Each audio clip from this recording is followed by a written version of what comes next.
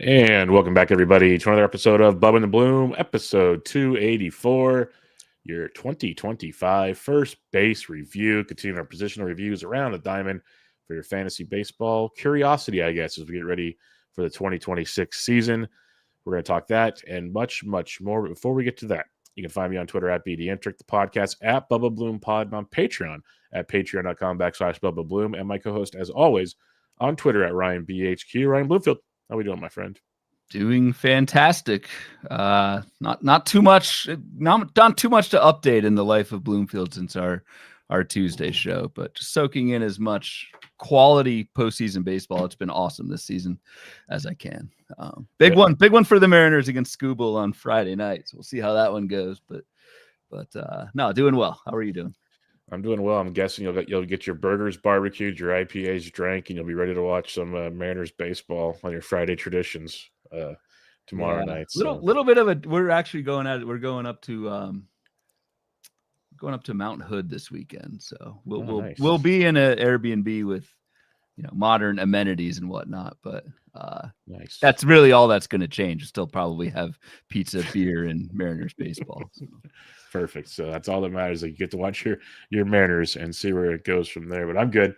Just another day of the life. Like I told you, I actually got to sit down and watch a full playoff game today. I was glued to the Dodgers-Phillies game. The ending was not great, but overall a phenomenal baseball game. Pitchers duel, just beautiful stuff. Like playoff baseball at its finest on that one. And we're going to get 2 Game 5s. Just the Cubbies are going to pull this one out unless a complete collapse takes place in the 9th. We'll get Cubbies Brewers in Milwaukee on Saturday. Got your Mariners tomorrow night on Friday night. So 2 Game 5s before the LCS starts on Sunday. So your Mariners will have a quick turnaround potentially because you guys do play on Sunday this go around. If I said potentially. I said potentially. Yeah. Yes, it's all about potential in life, Ryan. Trust me, I've been told that for almost 42 years. All right, before we get to our first base review, one bit of housekeeping notes here. This is the last time we're going to ask you for this. Last call for golf at First Pitch, Arizona.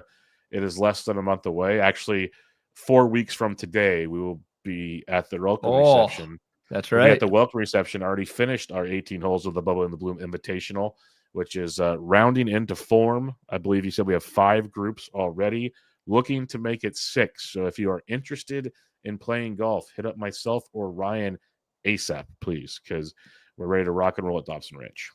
Correct. We'd love to get a 6th group locked in, but currently at 5. Anyone, and even if you're not going to First Pitch, if you live in the greater Phoenix area down in Tucson, want to come out and hang out, that would be awesome. But yeah, let us know. I'm going to finalize tee times, groups, and times and all that stuff next couple of weeks. But yeah, man, 4 weeks. That's like 8 shows, 7 shows away. That's something like that. Man. We got we have brainstormed some live show topics. The live show is going to be, it's going to be excellent. So I can't wait for that. But yeah, man, 4 weeks away. That's awesome. And a month from today, we will be unfortunately flying back from FPAS, which is one of the worst times of the year, but whatever. Stay positive. We'll worry about that when we get there. We got that pretty much planned. Just got to put the finishing touches on a few things. And before today's show, we were already talking about Vegas. So it doesn't stop around here. The beat goes on. Trying to figure out drafts and booking concerts, just all kinds of. We're all over the place tonight. Yes, it's going to be a great show. I'm going to tell you that much. First base review is going to be a doozy. We did catcher last week, so our last episode. So if you missed that episode 283, you don't want to miss that one, of course, because it is the catching review. Must listen to position in baseball. But let's just get to it, Ryan. Let's talk first base. This will get us going here. And for the folks listening at home or watching on YouTube, what are we looking at here? Because again, same format pretty much every episode, folks. So get ready for it.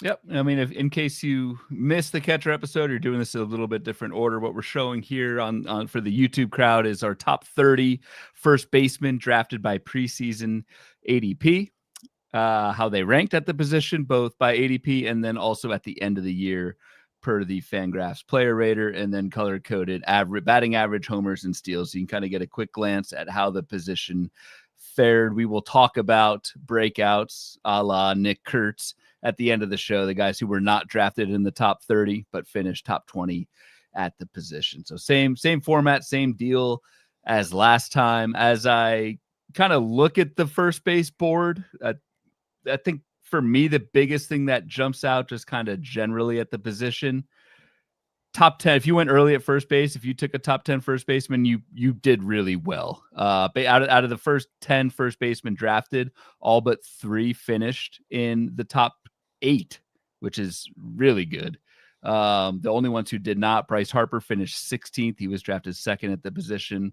Wilson Contreras, you used at catcher, and Salvador Perez, you used at catcher. Yep. So really, that's crazy. Out of the first 8 true first basemen, all of them finished top 8 except for Bryce Harper. So if you went early at first base, you did rather well. I feel like that was the case last season as well. Yes, it's been a very consistent kind of core group.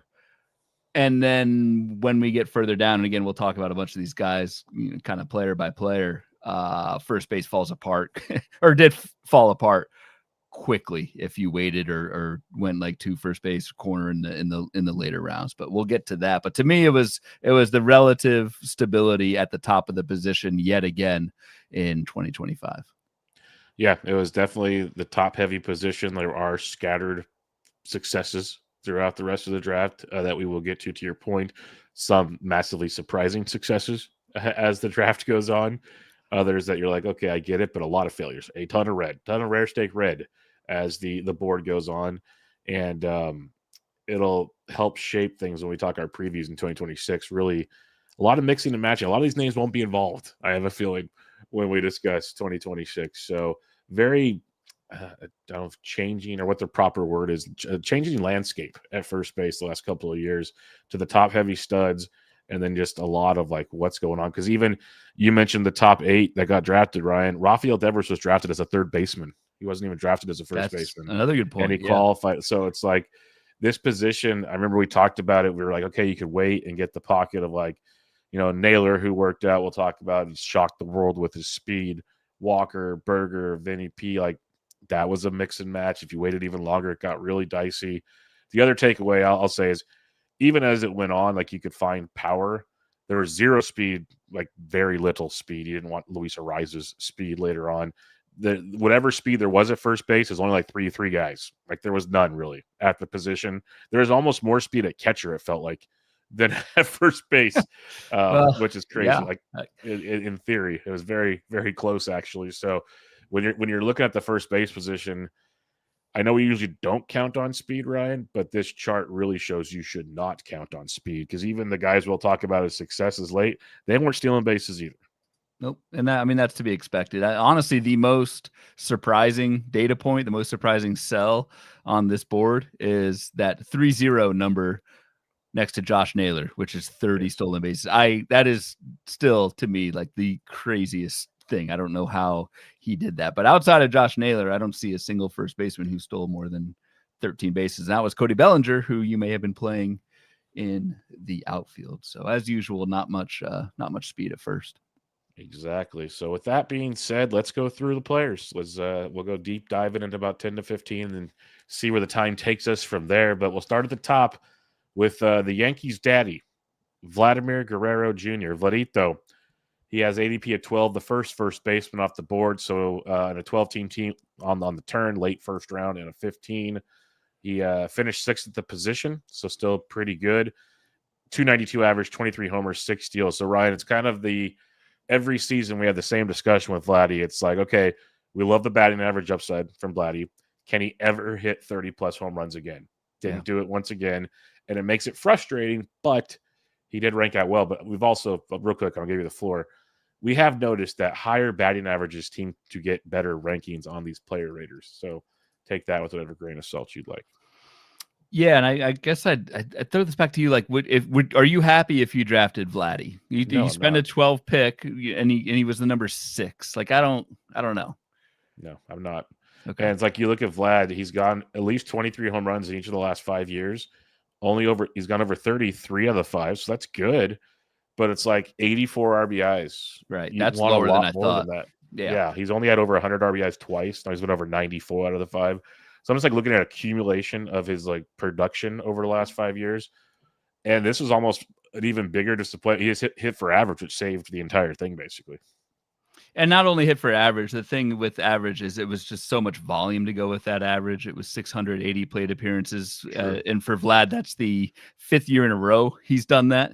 Yep. Like that is a batting average, like true anchor. Sure. And that is worth something, as is the volume.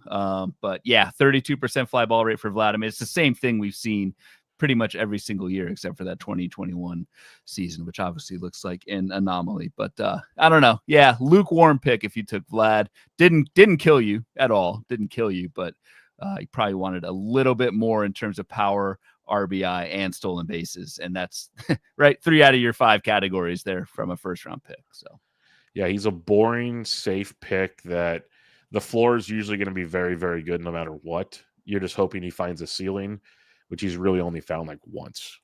And that's the struggles with him. So not a bad pick, but not what you were hoping for, to your question, indeed.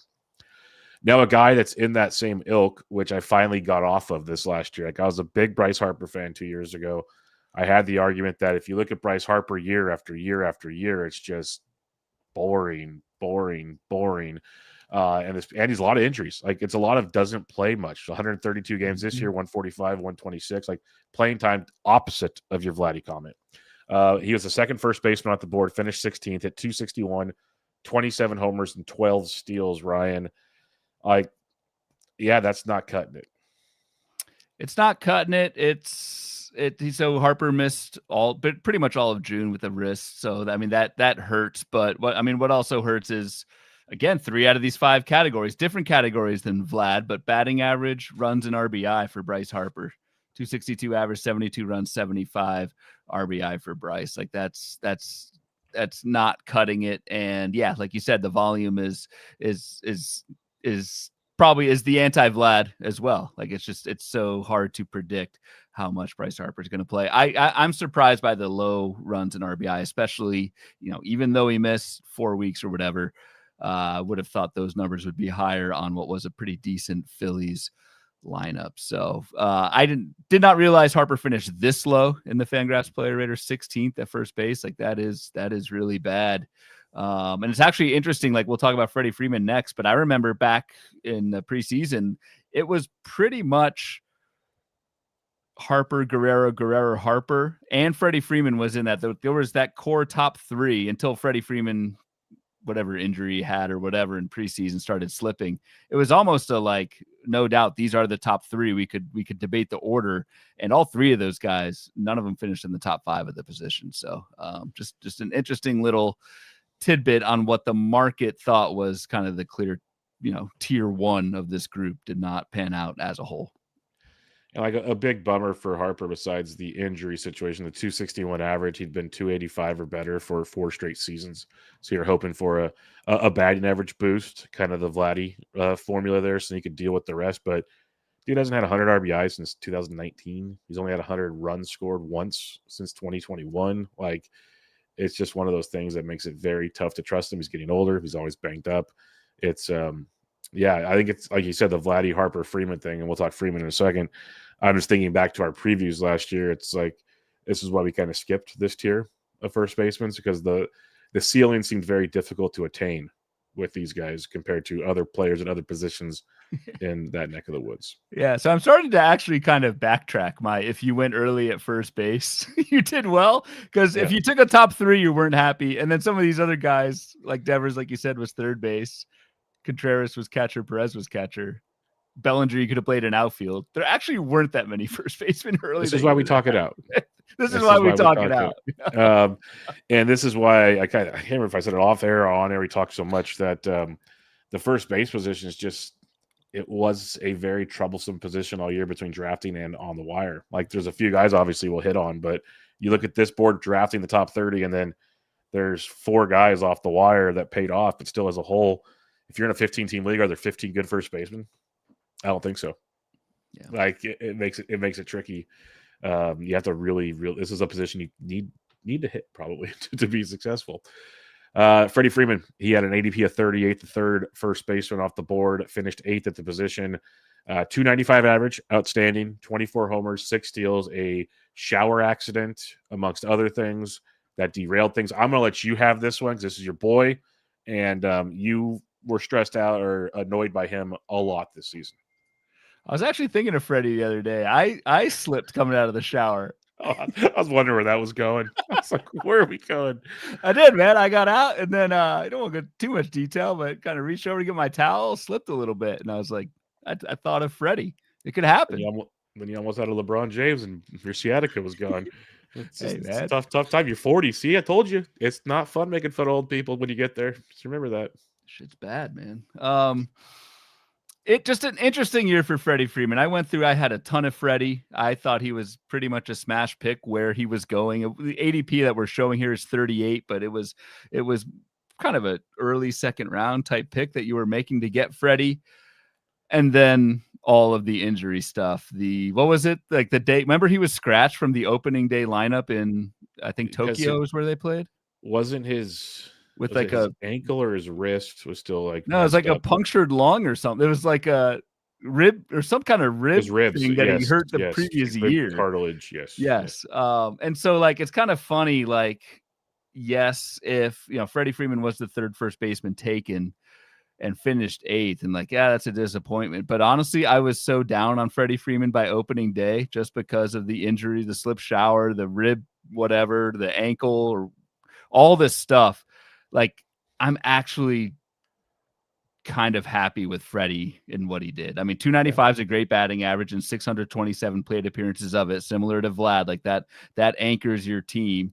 81 runs, 90 RBI. Like didn't play every single day, but I would have taken the under on 6 stolen bases on opening day. I didn't think Freddie was going to run at all. So all in all, like I feel like we were barely hanging on by a thread with Freddie Freeman, and he got us through. 2026 talk, I have no idea if I'm going back to that. You'll be drafting him. Don't even tell me you won't. You will be drafting. Well, he's going to be cheaper too. So exactly, you'll be all in on your Freddie Freeman. Yeah. I know that's for a fact. Yeah, you do know me too well. If you look at this board, like I'd honestly, and obviously you take price into consideration and stuff, I would rather have had Freddie than Vlad. They're almost the same stat line, and you save 26 picks. Like I don't know how they rank that far apart. I was like, because Freddie had the runs and RBIs as well. Like he had a better 5 category line, not great, but better than Vlad in my opinion. So will be interesting. Matt Olson was a full fade of mine. Finished ADP at 39, 4th off the board, finished 7th, 272, 29 homers, 1 steal. It was a slow start to the year for him with the rest of the Braves. Kind of picked it up late, but another guy, it was 98 runs, 95 RBIs. Like, honestly, to me, if it wasn't for the batting average, he outperformed Freddie. He got ranked 1 spot better than Freddie, but better than Vlad, too, outside of the batting average pretty much. So, another okay year. I guess it's as we go farther down the ADP, it's better to take these guys here than go early. But Olson, I've just come to the conclusion I don't think he's ever going to reach that peak season that we compared him to with Shea Langoliers last episode. Yeah, well, I mean, he did have the peak season in when was that? 23. Yeah. Jeez, he had 52 home runs, 137 RBI. Wow. It's video games. Yeah, so I don't know. I guess a decent season for Olson. Like I was also out on Olson. I didn't think he'd hit 272, which he did, which was great. It was just a real streaky up and down season. Had 8 home runs in May, and then 8 more in September. So had more than half of his home runs in 2 months. If you're in a season-long roto league and you're out of it by it's so much. It's funny how like your perception of this and your league format can matter so much. If you took an early Olson, you're out of it by September. That barrage did nothing for you. You may not have even noticed it. If you are in a head-to-head league, Matt Olson's probably the hero of your team for absolutely going off in September with those 8 bombs and hitting 292. So just super streaky, not only from like a month-to-month thing for Matt Olson, but like we kind of hinted at earlier, a year-to-year type thing. And I don't know. For me, it's just I don't think I'll ever believe in the batting average, but he has hit 270. He's hit 281 2 years ago, 272 this year. But I don't know, just a profile I'm never really in on. Yeah, I guess like the difference for Olson compared to some of these other guys, they're all on pretty good offenses, except the Braves have not been good lately. So it's one of those, like we keep saying, they're going to be better. If they ever get better, Olson might be tremendous again because he still almost had 100 RBIs this year, almost 100 runs scored on a bad offense. Riley missed most of the season. Like, he's going to have a list, so did Acuna, like, so on and so forth. Michael Harris, well, he might be who he is, but yeah, it'll be interesting with Olsen. At least I can kind of like sit there and go, okay, I can see it, but I was fully out this past year. And the other thing too, I mean, just this last thing, just in Olsen's favor, is this is like the Marcus Semien Iron Man type guy. Another 162 games played. Like, that is a skill. Like, yes, injuries can happen to anybody, but I think there is a skill to just not taking any days off. And so, 724 plate appearances for Matt Olson on a per plate appearance basis, you could be kind of mediocre, but if you get 700 plus at the end of the year, your stat line is going to look pretty decent. Agreed. Fully agreed. The best first baseman this past season, first on the player rater, fifth off the board ADP of 48 was Big Meat Pete the Polar Bear, the new father, Big Meat Pete the Polar Bear. Is he? Yeah, he nice. became a dad. They posted it on Instagram and whatnot. 272 average, 38 homers, 1 steal, but 126 RBIs. That was the difference, folks. That'll do it, donkey. Yeah, Big Meat Pete, he just continues to do it. And the last thing I'll say is similar to what you said for the first 4. At least one thing we can say about these first 5 guys, outside of, I guess, Harper, so 4 out of the 5, you're getting a ton of plate appearances from all of them. Yep. Big Meat Pete has had 680 plus in 3 of the last 4 seasons, 650 plus in each of the last 4. This is a batting, unlike Olsen, this is a batting average I can kind of get behind. Yes. 22% strikeout rate for Pete Alonso. That's right at league average. And then when you pair that with the raw power that Pete Alonso has, I mean, career high barrel rate by quite a wide margin. The dude hit 89 barrels this season. That is absolutely bonkers. Highest hard hit rate of his career, and hitting behind Juan Soto, Francisco Lindor. That's going to help. So let's see where Pete Alonso ends up in 2026. He's already said he's going to opt out of his contract with the Mets. Doesn't mean he won't go back to Queens, but I kind of have to think Pete's my number 1 first baseman in 2026. I think we have a listener question on that later on, but just the track record, the elite power, and league average strikeout rate. That's a damn good combination. Let's see where he lands. Yeah, the track record's the only part of that I will agree with, and that's another conversation for another day, because we all know who else we're talking about in that potential top first baseman off the board, which he'll be later after the top 30 here. Rafael Devers, originally third baseman, now first baseman for your San Francisco Giants. He had an ADP of 50, 6th off the board, finished 5th at the position, 252, 35 home runs for Devers, 109 RBIs, 99 runs scored. Started off slow with the Giants, but was amazing for like the last month and a half or so. With them, looked like the Devers of old, basically. Yep. There's a lot of deep diving I like to do on Devers because his approach was way different this year. Still finished rather well. Batting average is the lowest of his career, though, or at least his 2018. So that's slightly concerning. But the weird thing about Devers, Ryan, he's 28 years old. I would have thought he's much older than that. So still super young. And the last thing I'll say is I've heard a lot of people already say it, like when they start looking at 2026, they're saying ballpark, ballpark, ballpark. I'm sorry. That ballpark did not stop him this past year. Like the one thing I always want to tell people that don't watch enough Giants games, they just look at numbers online. Really good hitters, the ballpark does not affect them. Like the Brandon Belts, it will affect. The really good hitters, they're going to be just fine in these balls. They might miss like 4 home runs, but they're going to be fine. Yeah, I was going to add for the most part. Yeah. Yes. Now, but like they're not going to get this massive drop off. Willie Adames had 30 home runs this year, folks. Remember that conversation? We'll talk about that next Thursday. But right now, what are your thoughts on Rafael Devers? Heating up when we talk about these San Francisco Giants. I like the fire from you. Well, I've heard some really I heard someone say Devers can't even be a top 10 first baseman this next year. And I'm like, you are smoking some serious of the finest from Colorado. Anything else you want to get off your chest while we're here? I'm good. Did they fire Bob Melvin yet? There was no 4-letter words there, so we're good over in this neck of the woods. Okay.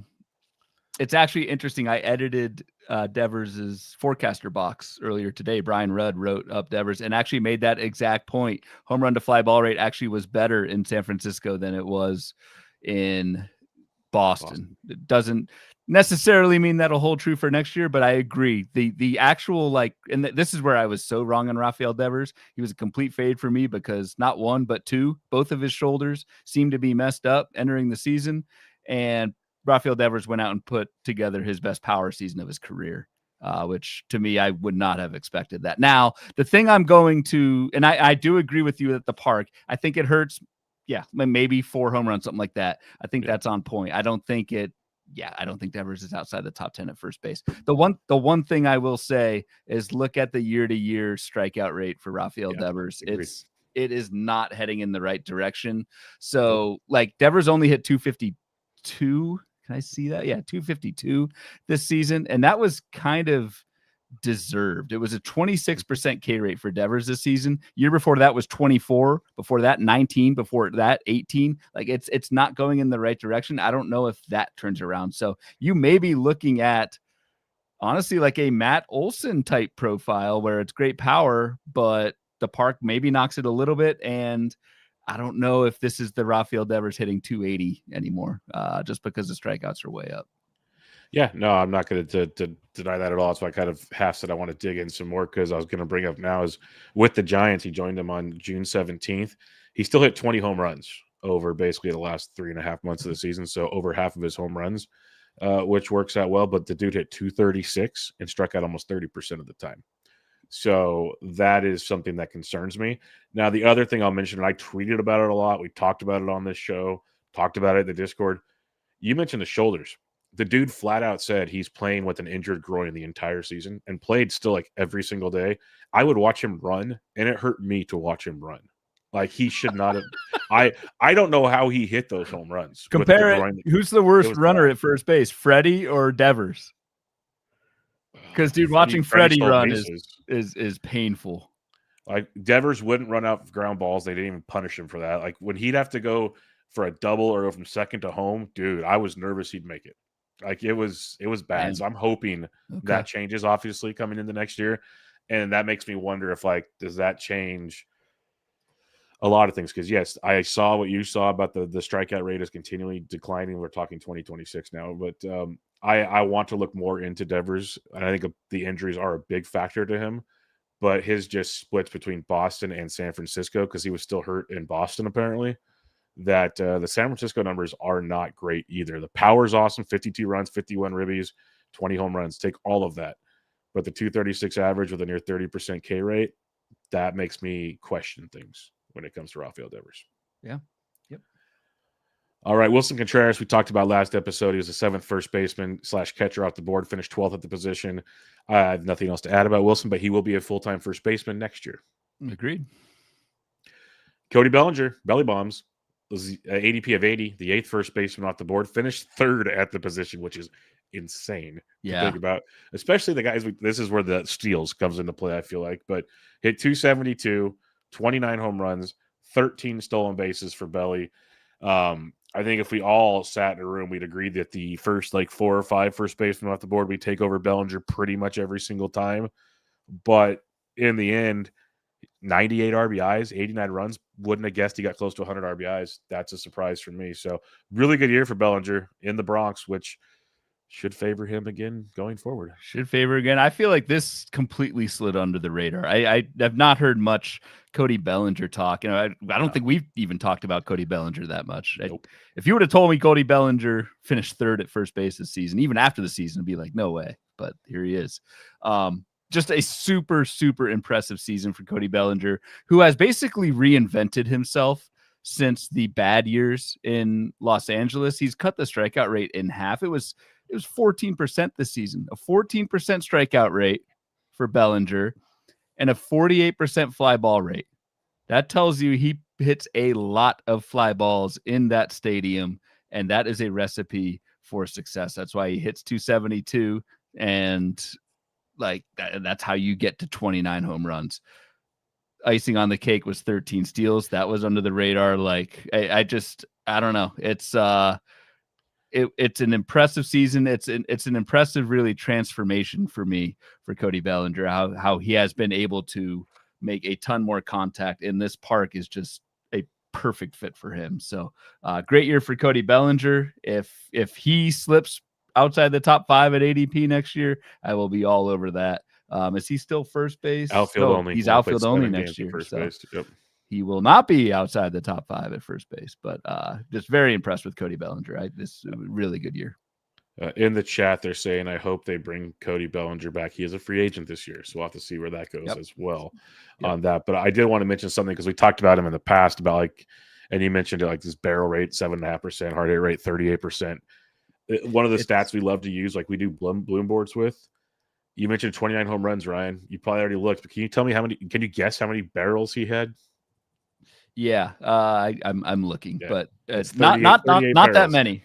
Yeah, so like it's the old adage, home runs per barrels. But I'm just adding on to your point. As I was saying, I'm adding on to your point. The way his profile builds out, this is a recipe for success. That's why Wrigley was always kind of like, how did he do it there, especially with the weather concerns and everything. Yankee Stadium, this is built for belly bombs. And to tie it back to your Rafael Devers point, Cody Bellinger is someone I would absolutely not want to see in San Francisco. No, I don't think the raw power. You're just going to have a lot of fly balls to right field there. The power is not enough to make it. Even better, his home road splits, 18 of the 29 home runs came at home. 18 of the 29. So just last little icing on the cake on that one. All right, Salvador Perez was the 9th first baseman off the board, finished 15th. You likely started him as catcher, as Ryan mentioned. We talked about him last episode, so not a lot there besides, dang, he's old, but still getting it done. Old as dirt. Older than dirt. I think that's the phrase goes. See, I've even got some old phrases. You know older than dirt. Look at you. Oh, yes, I do. Just don't upset the apple cart. All right, the 10th first baseman off the board, and this is someone that I had all the shares of in 2024. In 2025, I was scared to heck of a 105 ADP. Talked about it religiously on this show. Josh Naylor finished 2nd at the position. Josh Naylor, my God, hit 295, 20 home runs, 30 stolen bases, and even drove in 92 and scored 81. Just an absolute nuclear season from the batting average, which he's done once at least. So like we've seen it once. The dude has had 10 steals once. It's always been like 6 or less. Absolutely insane, right? Yeah, and I don't know how you could have, like, honestly, if you drafted Josh Naylor, I'm just going to say it, you got lucky. Yeah. I think the batting average and home runs for Naylor is about what we expected. He's hit 300 before. It's kind of weird. The batting average with Naylor has fluctuated a ton, but he just puts the ball in play so much that a good batting average is typically in play. And like 20 homers kind of jibes with, for as much as Josh Naylor plays, 20 homers is nothing special. Like over a full season, sure, it works. But that's kind of the stat line I thought we'd get from Josh Naylor. I don't know how you could have predicted 30 steals. And he was only thrown out twice, which is probably why he got to 30 steals, because no one throws him out. So why not keep going? I have no idea how you could have predicted this. Kudos if you got Josh Naylor. You got those 30, probably 25 more steals than you thought you had on your little projection sheet. But man, very fascinated to see what that stolen base total is next year. Let's see where he even lands. This is a free agent, so really didn't even slow down that much going to Seattle. Just a great year for Naylor. Ran just as much with the Mariners as he did elsewhere. So this is someone who's going to be very team dependent next year, both in terms of just like the park, but also how aggressive is his new team going to be with Naylor on the base paths. All right, let's head to the guy, the 11th first baseman off the board, the player that I was taking over Josh Naylor in pretty much every draft. Did not go as well. Christian Walker at an ADP of 115 finished 18th at the position. He had 238 on the year with 27 home runs, 88 RBIs, 72 runs scored. A lot of things here. Batting average, usually 250 or better, at least the last 2 seasons. I expected more from power. It still got to, like, he had 26 the year before, 33, 36. So not the end of the world there, but I was hoping for more just for the what we'd seen in the past, and then going to that new ballpark, that offense, like so many higher expectations from Christian Walker, and was just overall a disappointing season. It was, especially given the park and given how often Christian Walker hits fly balls, how much he pulls the ball, over 40% pull rate. I just thought that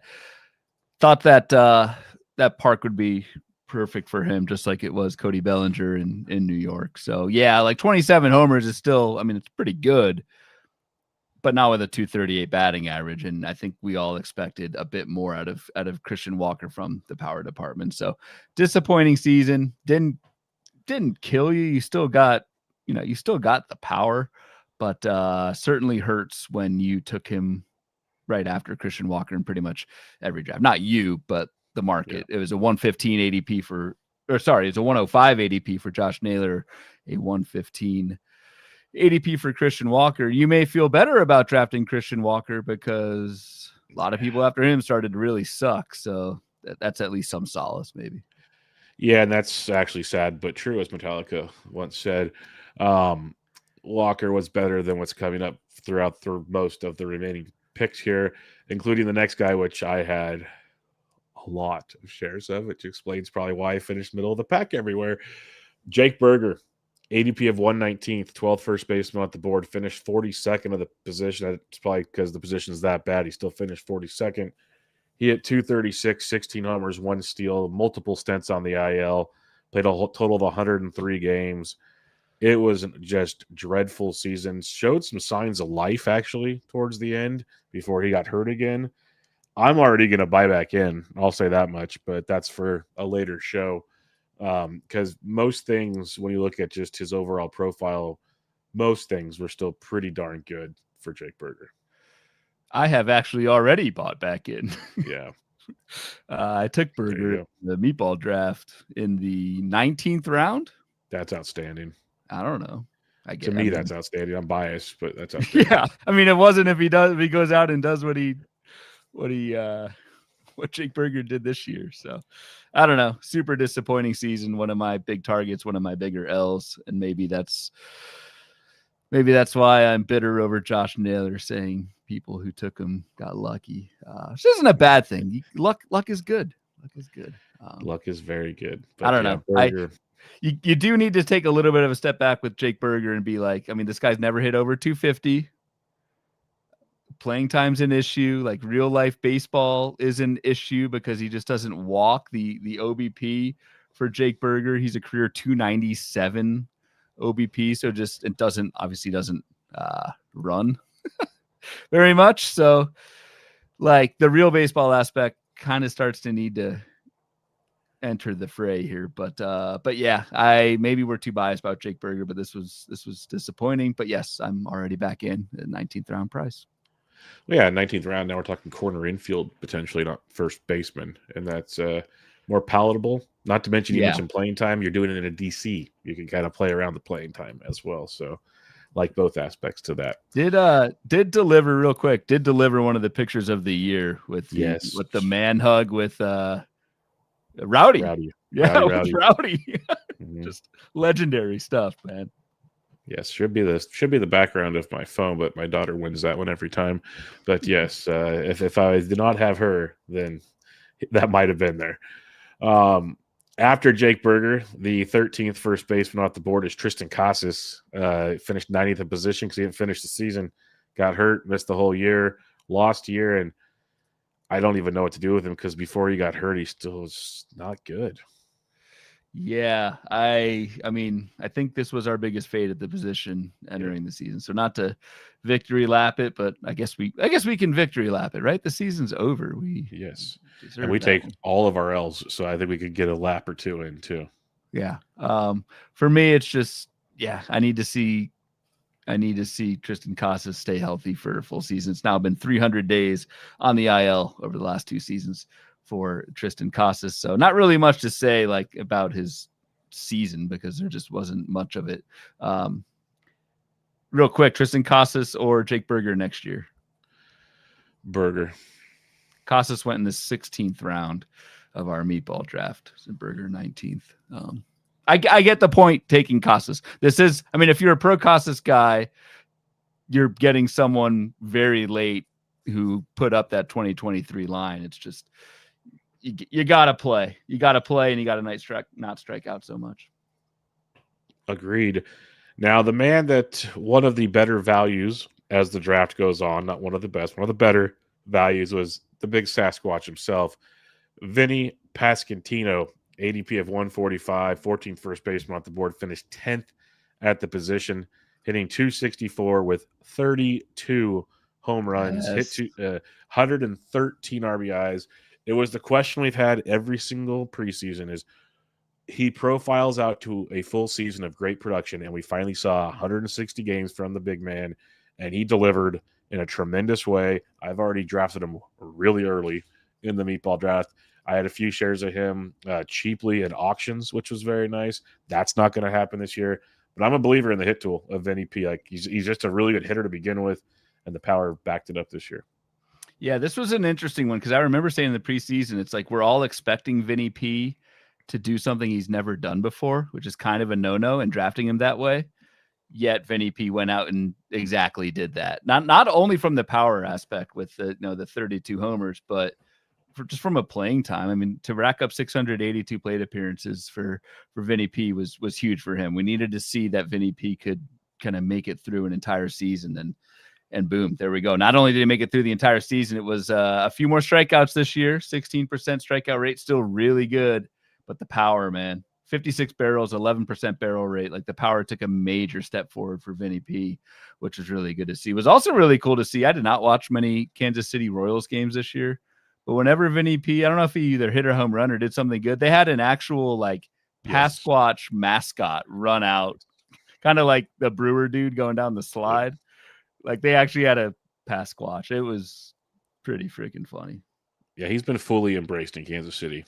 Like As he should be. He's a cool dude, man. He's awesome, and like he's one of those that they just need to like lock up, keep him and Witt around for a long time, and build that team. We'll see if that all works out. But yeah, I love me some Vinny P. I'm hoping I can get more shares this year. Just not sure I can because, as Prosperius says in the chat here, I love Vinny P. Great approach. And that's what I liked about him. It's just a matter of playing time when it came to Vinny P. And he came through this year. Hopefully, that's a sign of things to come. All right, the 15th first baseman off the board finished 26th, and that was Alec Boehm. 287 average, 11 homers, 2 steals, only played 120 games as he had a big stint on the IL. It's the same problem I've had with him in the past. Like, he was probably on pace again for another 90-plus RBIs. It's like 15 homers, 90 RBIs. It's not bad. The average is always really good. It's just I feel like there's no ceiling. It's just floor at this point. Yeah, and actually, I mean, the runs in RBI were really low. I mean, it's 53 runs, 59 RBI for Bowman, 500 plate appearances. So it's kind of like Harper.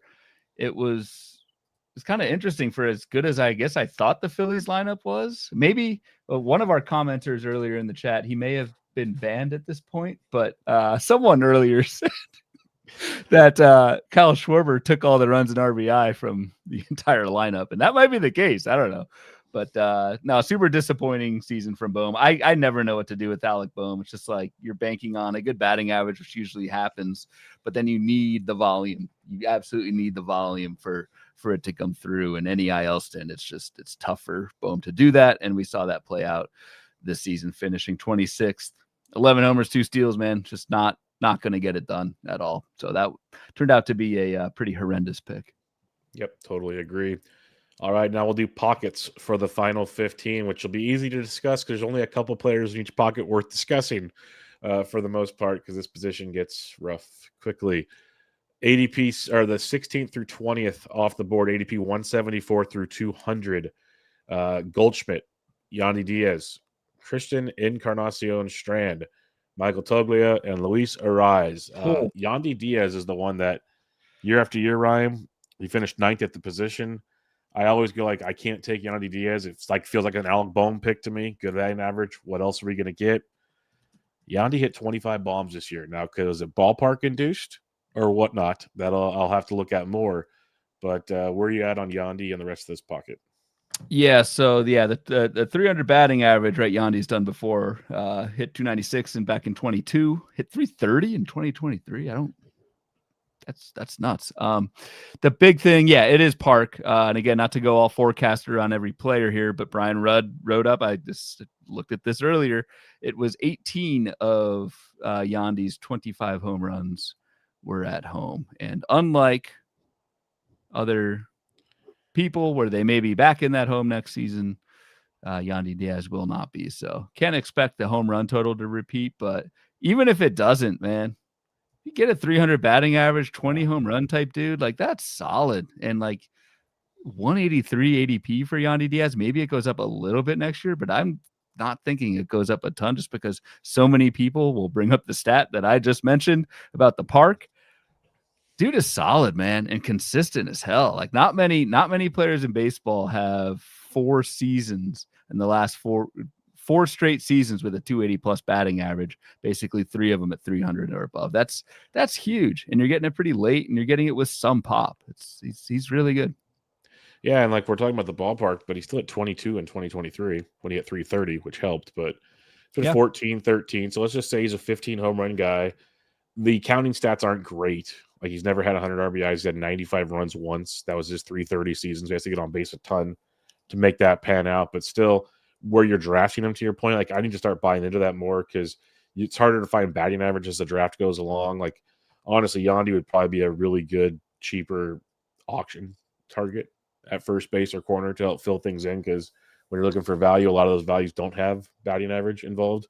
So that's something I need to keep in the back of my mind. But I need to be less out on Yandy, not be all in, but at least be open to the chance for Yandy Diaz. Yep. Anybody else in this pocket that was worth discussing to you? Because Goldie might have to retire. CES might not have a job anymore. Toglia's got Blaine crimmed. And Luis Arias isn't good for fantasy. It's not good to be Blaine crimmed at all. You don't want that. Yeah, I just drafted CES in the meatball. It's like 30th round, so whatever. Yeah, I guess you're taking a shot. No, it's interesting to me to see the Yandy Diaz versus Luis Arias, where they went 20 picks apart, and Luis Arias is the batting average guy, and Yandy Diaz I don't feel like gets that credit where Yandy Diaz actually does other things. Luis Arias did steal 11 bags this year. I shouldn't say Luis did nothing there, but he almost went 10-10. Heck of a season. Almost went 10-10, which honestly, before the season, that's more than I thought he would do. True. All right, 21 through 25 at an ADP of 212 to 266. Spencer Steer, Ryan Mountcastle, Reese Hoskins. All three spent a lot of time on the IL. Tyler Soderstrom and Michael Busch. So we have a couple to talk about here. Soderstrom and Busch. Ryan, I'll let you go first. What would you like to discuss? Probably Tyler Soderstrom, who it's kind of interesting, like almost a bittersweet season. Like you're certainly happy you drafted Soderstrom, 24th off the board, finished 13th, ended up hitting 276, 25 homers, 8 steals. Like that is awesome. Feel like a lot of that was front loaded. So you were really happy with your Soderstrom pick. And I don't think you ever dropped Soderstrom. I don't think it ever got that bad. Maybe I'm misremembering, but and maybe it's my 15 team brain. But it's almost like a season that like what could have been with Soderstrom, yet it was still a really productive season for him in that park, which he will be in again next year. Agreed. And it's crazy is I remember we talked about it on the show when it was struggling a lot and people were wondering if they should drop him or not. But it was kind of he moved from first base to the outfield because this one guy showed up and took over first base in Sacramento. So they had to move. We refuse to say his actual name until we get to the Nope. I don't know why, but screw it. He shall not be named. Everyone knows. Everyone knows his name. However, we will not reveal this mysterious first baseman who was undrafted and finished second overall position. And is going to run away with the AL Rookie of the Year. Hits balls out of the Sacramento Stadium. Yeah, just a crazy good player. Churns butter. But yeah, Soderstrom, rhymes with Sturts. Soderstrom struggled a ton when he moved to the outfield at first. Like that was a thing we've talked about a lot with just players in general. And it almost like you could almost make a line. When did he move? And then how long it took him to kind of get comfortable again. And like you said, it's kind of a really good year. And then he finished strong. The fact that he still finished it in 276 shocks me. 25 homers, 93 ribbies, like a really, really good season. They documented how he went and tried to change his approach to the plate. That showcased tremendously. And like most of these Oakland Athletics, even his teammate that took over first base, they're all very, very young, which is like there's going to be a lot of volatility in their production potentially early on. But yeah, you got to be pretty pumped with Soderstrom.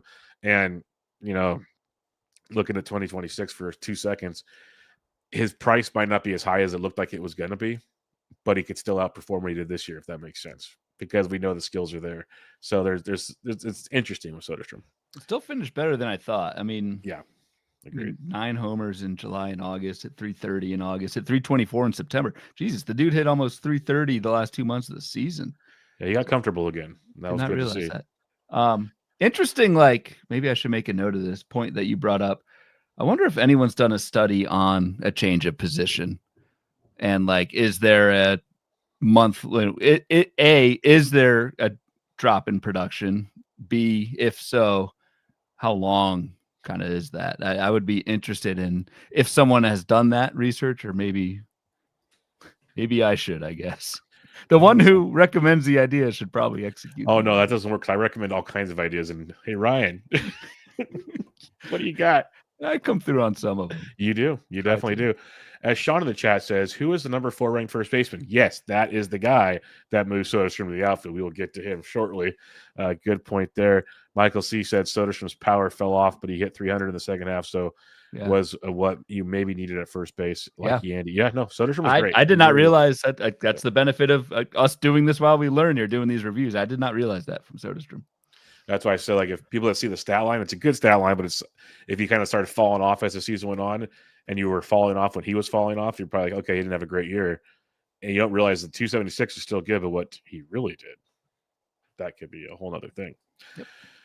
Want to highlight Michael Busch, who had his 4th postseason home run on Thursday night, just keeps crushing it for the Cubs. Like early in the season, I think one reason why he was the 25th off the board, finished 11th at the position, was there was questions about playing time because like Justin Turner showed up and they had some other options to potentially platoon at first base. That finished off quickly. He hit 261, 34 home runs for Michael Busch, 90 RBIs. 592 plate appearances. Like I said, the platoon gone. Played 155 games. Another 27-year-old guy finding his swing in Chicago. Monster season. Monster season, and got better as the season went along. I remember Michael Busch in 2024 last year. Remember he hit like, I don't know, 4 or 5 home runs in some tiny span, and then we kind of didn't hear much from him again.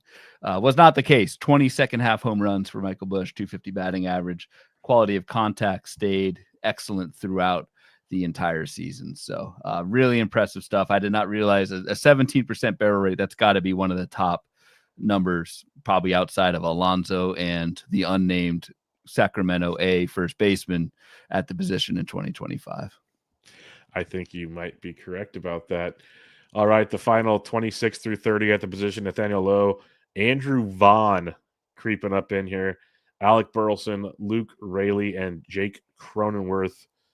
It just wasn't good. Vaughn's, I guess, second half was good, but his overall season line wasn't even that good.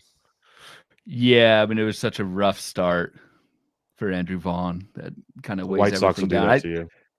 White Sox will absolutely do that too. Yeah, didn't realize it was only 14 homers and 254 batting average for Vaughn. I guess the 14 homers, like, he spent a bunch of time in the minors, so I kind of get that. I would have taken the over on 254.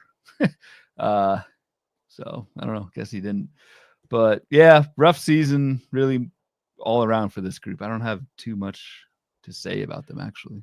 Burleson finished 290, 18 homers and 5 steals. Was struggling for playing time early, but I do want to highlight the fact where it felt like he really got it going later in the season, once healthy, once playing regularly.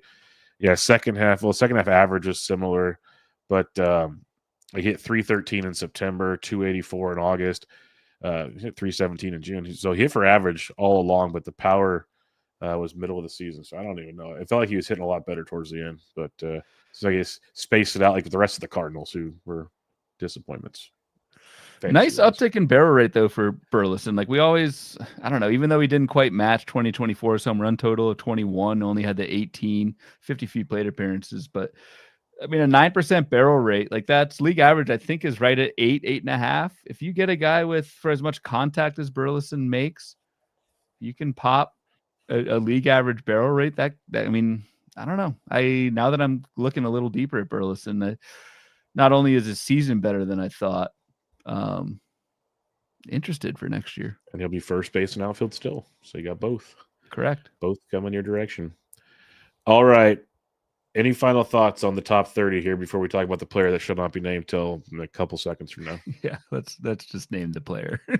Okay, breakouts, Ryan. Who was the 4th overall at the position, basically undrafted in most formats because he was fresh out of college earlier that season? Yeah, that would be your top fab spend of any player in 2025 back in May. That would be Nick Kurtz. Ryan's just Hell of script. a season. 290 batting average, 36 home runs, 90 runs, 86 RBI. That sounds really good for a full season. Yeah. This dude did it in 489 plate appearances in his first go around against Major League pitching. So Insane. I have to note, yes, the power was awesome, and the power in that park is just is explosive. 18% barrel rate for Nick Kurtz, like that's elite. But I can't get past a 31% strikeout rate, man. Not many people, and maybe Nick Kurtz is superhuman in that park, but not many people can hit 290 with a 31% K rate. We'll see what happens there, but that's more talk for next year. But hell of a pickup for Nick Kurtz. Anyone who grabbed him in Fab, just it was looking rough because it was bad when he started out and then went on the IL. But then when he came back, that was league winning type performance. I will throw out there again. We'll talk more about this later. Amazing season, but September, 35% K rate, only hit 221 in September. So something to potentially keep an eye on. Still had a 134 WRC plus. Like it didn't matter what he did, but yeah. Mitch thinks we were talking about Gio Urshela as our player to be named. That's pretty good. I like Good that. Good call. So yes, Nick Kurtz, beast. That'll be a lot of fun discussions the entire offseason when it comes to Nick Kurtz versus say Pete Alonso and others. Like that's why I didn't say it earlier, but Ryan basically said a track record. I know Ryan and I were similar in that regard, but Ryan's even more steadfast in that. Like I'll give younger players chances where Ryan's like, nope, I gotta can't draft them in the first 10 rounds if they're under 28 years old. Screw that. Yeah, that's my new motto. So you're gonna be screwed here pretty soon. But yes, so he was absolutely awesome. Ben Rice was 14th at the position. We talked about him last week, and he was. You drafted him as a first baseman. He got catcher later in the year. He had catcher, then he got first base. Vice versa. He moved around a lot, and so you enjoyed that from Ben Rice. But one of the ones that it seemed like he wouldn't have a job, Ryan, because the Tigers signed Gleyber Torres, which was supposed to move Colt Keith, the artistly formerly known as Colt Keith, to first base. But then a monster spring training got Spencer Torkelson the gig, 240, 31 home runs. Like, dude, I've had him in a couple of 15s for the entire season. It was beautiful. Just absolutely crazy what Spencer Torkelson, like the lows that Torkelson came from. Remember, this guy hit 219 with 10 home runs last year. It wasn't a full season plate appearances, but in the minors, exactly. Like there's a reason for that, and it wasn't injury. And then, like you said, the Tigers go out and get country music star Gleyber Torres, which moves country music star Keith Colt over to first base. I'm all screwed up tonight. But basically, Spencer Torkelson was undrafted because he did not even sniff a job and came out in spring training, came out on fire, and just really never looked back. So, yeah, still, only hit 240, but dude, getting 31 home runs, 82 runs, 78 RBI from someone pretty much undrafted or very late at corner. That has been that was a massive boon at the position. Yeah, he was tremendous. He's pretty much free in drafts, which is great. Art in the chat says Bloom has the voice of a country music star. You should hear him on a Sunday in Vegas after whiskey all night. But that's more like FPAS actually. Lennon Sosa, a guy that I was huge on in DCs, and then it transferred over. We talked about him a lot in Fab shows and whatnot. Lennon Sosa finished the season 264, 22 home runs, played 140 games, still has first base, second base eligibility, finished 21st the position, 25 years old, another young piece of this White Sox team.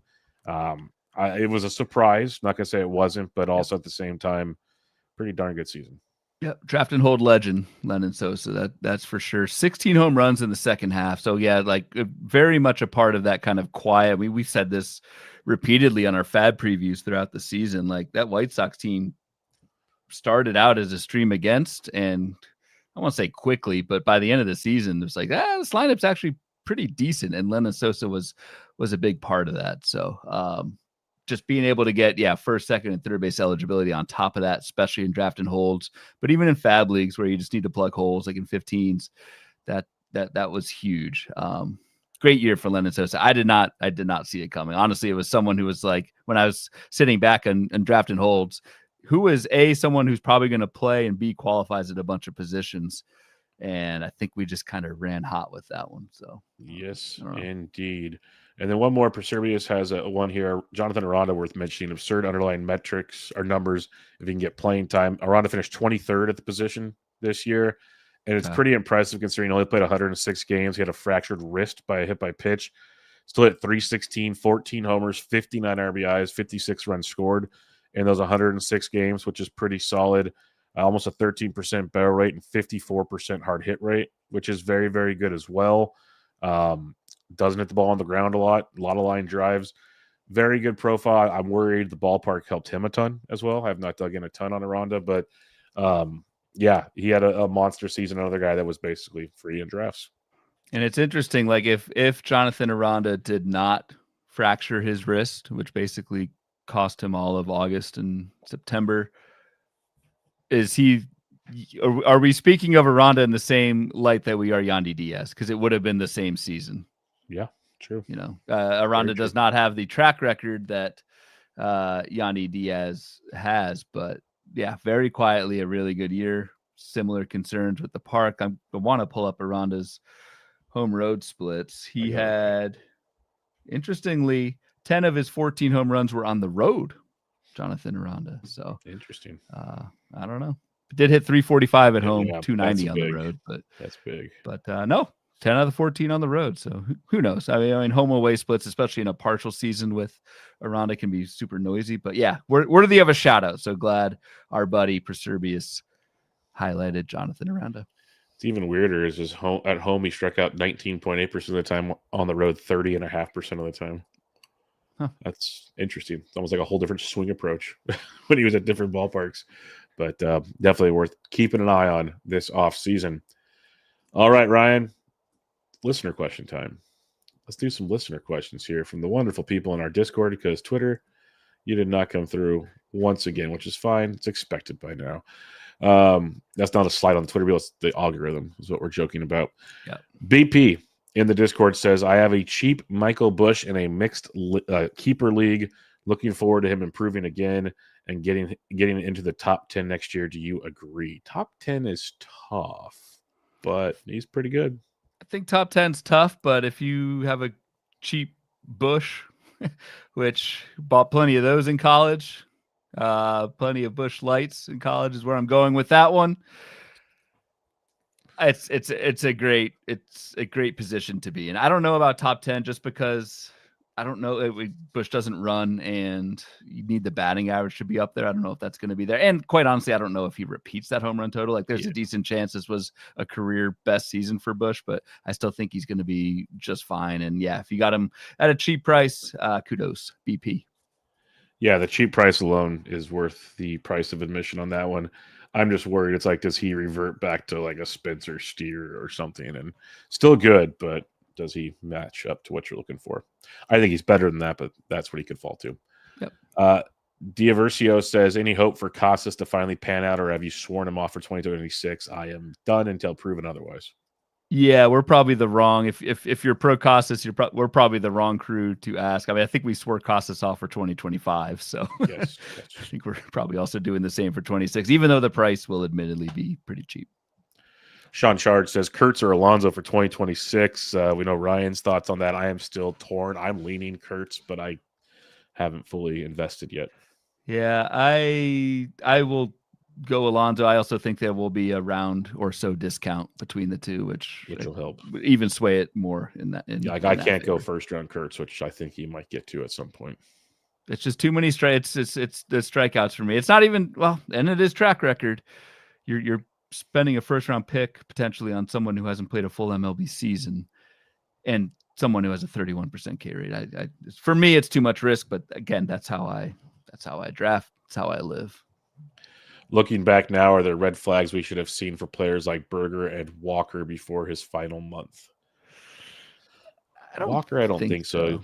Berger, you mentioned the playing time concerns, but he has had some injuries, man, like hit by pitches. Well, the oblique, that's like 3 years in a Which row. is, yes, I Yes, mean, that's a red flag. maybe we looked a little bit too past that because that has come up multiple times in the past. Yep.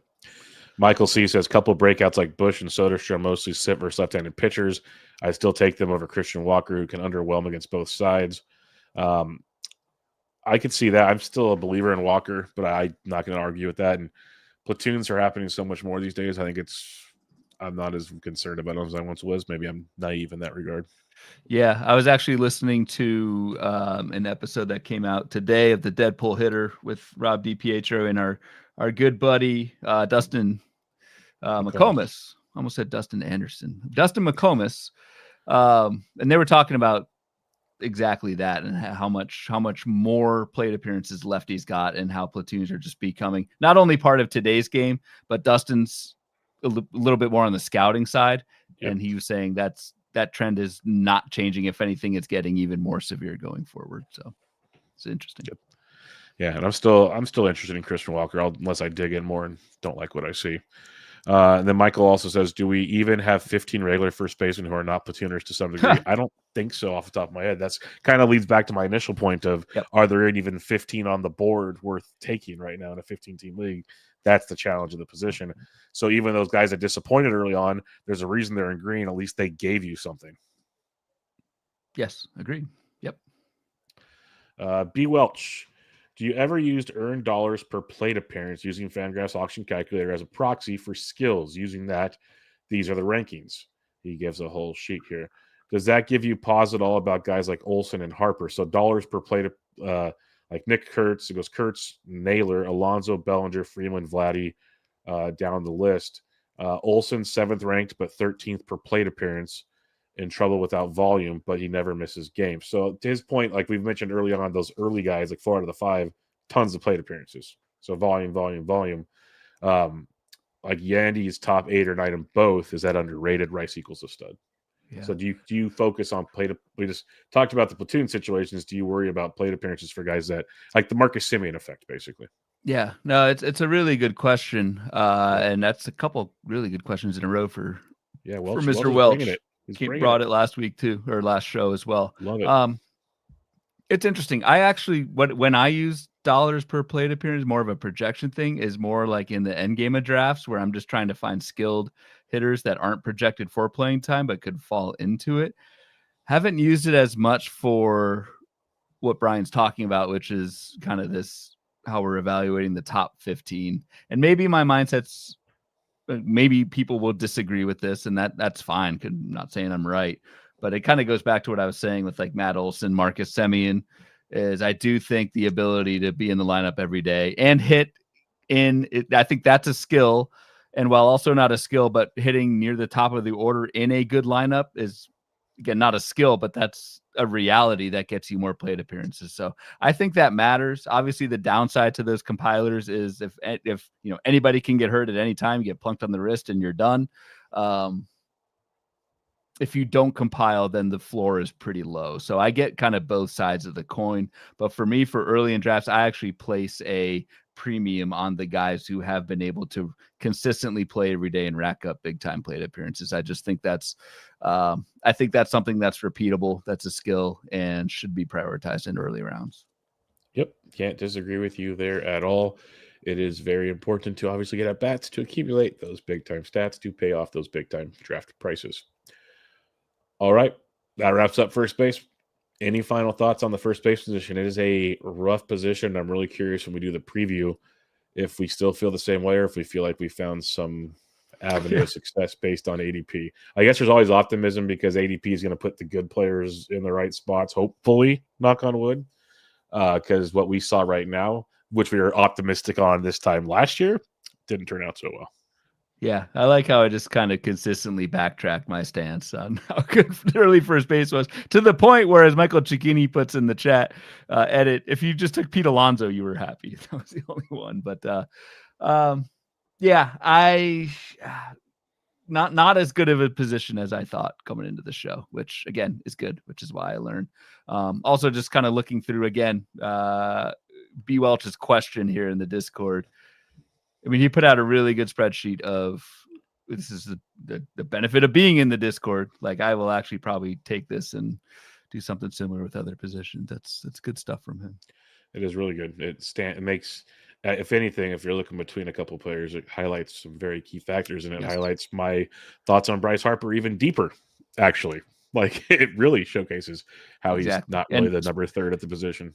Yep. And for someone who gets hurt so much and doesn't have the plate appearances to make up for it. So, yeah, really good stuff there from B. Welch. Keep that coming in the Discord. We will do what we can to share it with the masses, or just keep in the Discord. Who knows? We'll see where it goes. Join the Patreon. You'll find out.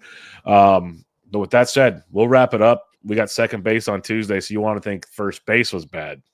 Just guessing. Here we go. Just guessing. Top of the head here. Second base, not going to be good, Bob. But I guess somebody's got to finish in the top 5. Who knows? We'll be back with you then to continue our trip around the diamond at positional recaps for 2025. Until then, make sure you follow Ryan on Twitter at RyanBHQ, the podcast at Bubba Bloom Pod, and on Patreon at patreon.com/Bubba Bloom. I'm BD Intric, and until next time, this is Bubba and the Bloom, episode 284. Catch y'all later.